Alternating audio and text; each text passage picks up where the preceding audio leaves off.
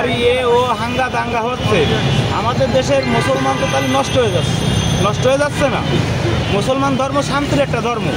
আমার নবী সাহেব যদি বলতো কখন আল্লাহরে যে গোটা পৃথিবী থেকে ইহুদি তুলে নিতে হবে, 60 মিনিটে 1 ঘন্টা, 60 সেকেন্ডে 1 মিনিট, 1 সেকেন্ডে 60 ভাগ করে যতটুকু সময় লাগবে ওই 1 ভাগ, এতটুকু সময় লাগতো না আমার আল্লাহর এই গোটা তামান পৃথিবীতে ইহুদি নাস্তিক ব্যক্তিদের তুলে নিয়ে যাওয়ার জন্য।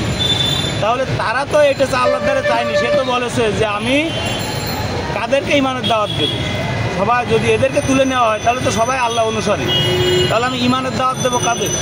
এখনই দেখি অনেকেই জোর পূর্বে এই হিন্দু বসবাস করতে পারবে না, এ বসবাস করতে পারবে না, ও বসবাস করতে পারবে না, তাই এদেরকে বানাইছে কি নমরুদ, ফিরআউন না আমাদের নবী সাহেবের যে চাচা ছিল আবু জাহেল। দেন এই নামে কিন্তু তৃতীয় কোনো ব্যক্তি আসেনি।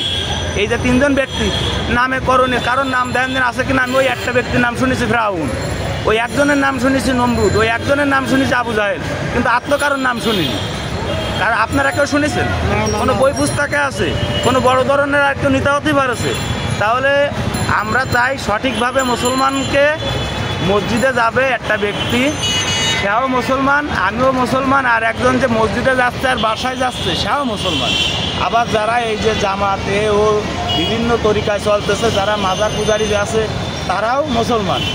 অনেকে অনেক কথা বলে মাজার নিয়ে, অনেকে অনেক কিছু বলে, কিন্তু দেখেন 12টা আউলিয়া যখন আমাদের দেশে আইছে তাদের কিন্তু ওই মাজার আছে। আপনার মতন আমার মতন বেনামাজি মরে গেলে কিন্তু তাকে মাজার হয়, মাজার যাদের নিয়ে হয়েছে তারা কিন্তু আল্লাহর ওলি, তারা আল্লাহরে ভক্তি করেছে, বড় বড় কামেলদার লোক তারা।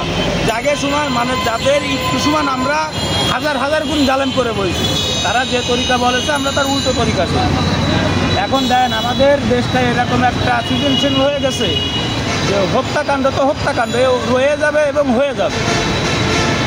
আমাদের ছাত্র সমন্বয়ক এখনরা অনেক কিছু বলতেছে যে তারা নির্বাচনে যাবে, ক্রিকেটে নির্বাচনে যায় কী হবে আপনারা দেখেন। দীর্ঘদিন যে কোনো সরকার, আমি কারোর নাম বলবো না, যে কোনো সরকার সে স্বৈরাচারী করেছে কি তার নিজের মত মতন ক্ষমতা চালাইছে, তার এগেনস্টে কথা বলার মতন যদি কোনো সমাজ থাকে তাহলে সেটা আমাদের বাংলার এই ছাত্র সমাজ, আমাদের শিক্ষা জাতির মেরুদণ্ড। আমি চাই আমাদের এই মেরুদণ্ড যেন নষ্ট না হয়, আমাদের এই ছাত্র সমাজ অশক্তি, কূটনৈতিক কোনো রাজনৈতিক পরশক্তির ধারে কোনোভাবে এই নির্বাচনে যেন পা না দেয়। যেই নির্বাচনে আসুক, আওয়ামী লীগ আসুক, বিএনপি আসুক, জামাত আসুক, তারা তাদের মতন থাক। আমাদের ছাত্র সমাজকে সর্বোচ্চ একটা আসনে ভোট আছে 5000, এই ছাত্র সমাজের একটা আসনে ভোট আছে 5000, তাহলে এরা একটা আসনে ভোট আছে প্রায় 4 লাখ, তাহলে এরা জিতবে কী বলে?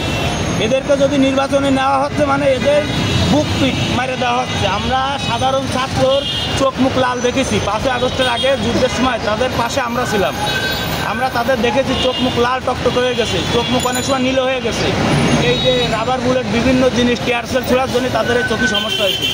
আমি সায়েন্স ল্যাব মোড়ে ঢাকা সেন্ট্রাল হসপিটাল 6 নম্বরের ওই যে গলি মানে ওয়াল ধানমন্ডির ভিতরে যত কটা গলি আছে প্রত্যেকটা গলিতে আমি ছাত্রদেরকে টানাহাসড়া করেছি, আমার সকল পায়ের রিক্সাওয়ালারা টানাহাসড়া করেছে। আমি চাই আমাদের এই ছাত্রদেরকে যেন কেউ কোনো প্রলোভন দেখিয়ে এদেরকে নৃশংসভাবে পরবর্তীতে যেন এদেরকে হত্যা করা না হয়। আপনারা এখন দেখতেছেন যে 3226 জন পুলিশ মারা গেছে, এর কিন্তু কোনো সুরা হয়নি। আমাদের হাজার ছাত্র মারা গেছে, তাদেরও কিন্তু সরা হয়নি। তাদের মা বাপকে এই দেশ চাচ্ছে, যার সন্তান হারাইছে সে তো এই দেশে আগুন লেগে গেলেও আর চাচ্ছে না, কারণ 10 মাস 10 দিন পেটে দিয়ে যে মা একটা সন্তান প্রসব ধারণা করছে সেই মায়ের কোল খালি হয়ে যাচ্ছে। আর আপনাদের কি হয়েছে? একটা সমন্বয়কের কি হাত ভাঙেছে, একটা সমন্বয়কের পা ভাঙেছে, একটা সমন্বয়কের কি হয়েছে? হয়তো বা 6 জন সমন্বয়কে ওই পেটুলে হারুন ও নিয়ে যায় দেশে টর্চারিং করেছে, তার জন্য অনেক লোক আমরা রিক্সাওয়ালারা প্রতিবাদ জানাইছি। আমি দেখেছি অনেক টুকাই ছেলেপেলেকে দিয়ে এই ছাত্রলীগের কিছু নেতাকর্মী যারা ছাত্রলীগ নাম ব্যবহার করে চলেছে দীর্ঘদিন ধরে, এরা আমাদের মা বোনেদের প্রতি নির্যাতন চালাইছে। কিভাবে নির্যাতন চালাইছে? শারীরিকভাবে না, তারা আঘাত আনিছে তাদের শরীরে, কেউ ইটকেল দিয়ে মারিছে, কেউ রড দিয়ে, কেউ পাইপ দিয়ে, কেউ বাঁশ দিয়ে। এই কারণে আমরা সকল পায়চালিত রিক্সাওয়ালা আমরা নিজেদের দিকে তাকাইনি, আমরা আমাদের শিক্ষা জাতির মেরুদণ্ড, আমরা সেই শিক্ষকের দিকে তাকাইছি, আমরা সেই ছাত্রদের দিকে তাকাইছি, আমরা তাদের গায়েরটা বাড়ি পল্টি দিন, আমরা নিজেরা অনেকে মার খাইছি। আপনারা দেখেন আমাদের পায়ের রিক্সাওয়ালার একটা রিক্সা নিয়ে জাদুঘরে রাখছে, তা জাদুঘর আমাকে রিক্সাটা কী আছে যে লাশটা নিছি, আমরা হয়তো লাশটা নিছি তাই আমাদের রিক্সাটা নিয়ে জাদুঘরে রাখছে। আর আমাদের যে এখন পেটে ভাত যাচ্ছে না, পেটে যে লাথি লাগতেছে, এর কারণটা কি?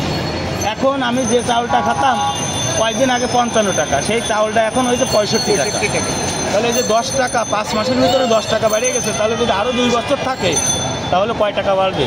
আশা তো আসলে কমে যাবে। আশা মানে আমরা তো এটাকে সাধারণ মানুষ অবশ্যই চিন্তা ভাবনা করবে যে ডক্টর ইউনূস যেহেতু আসতেছে, আমরা সে প্রথমের থেকে কিন্তু জানি, আমরা শেখ হাসিনা ক্ষমতায় থাকতেই আমরা ছাত্রদের দ্বারা অনেক কিছু দাবি করেছি যে মামা দেখেন এই ছাত্রলীগরা এইভাবে আমাদের ভাড়া নির্ধারণ করে দিচ্ছে, আমাদের এই ভাড়ায় তো পোষাবে না। এখন তারা সাধারণ ছাত্র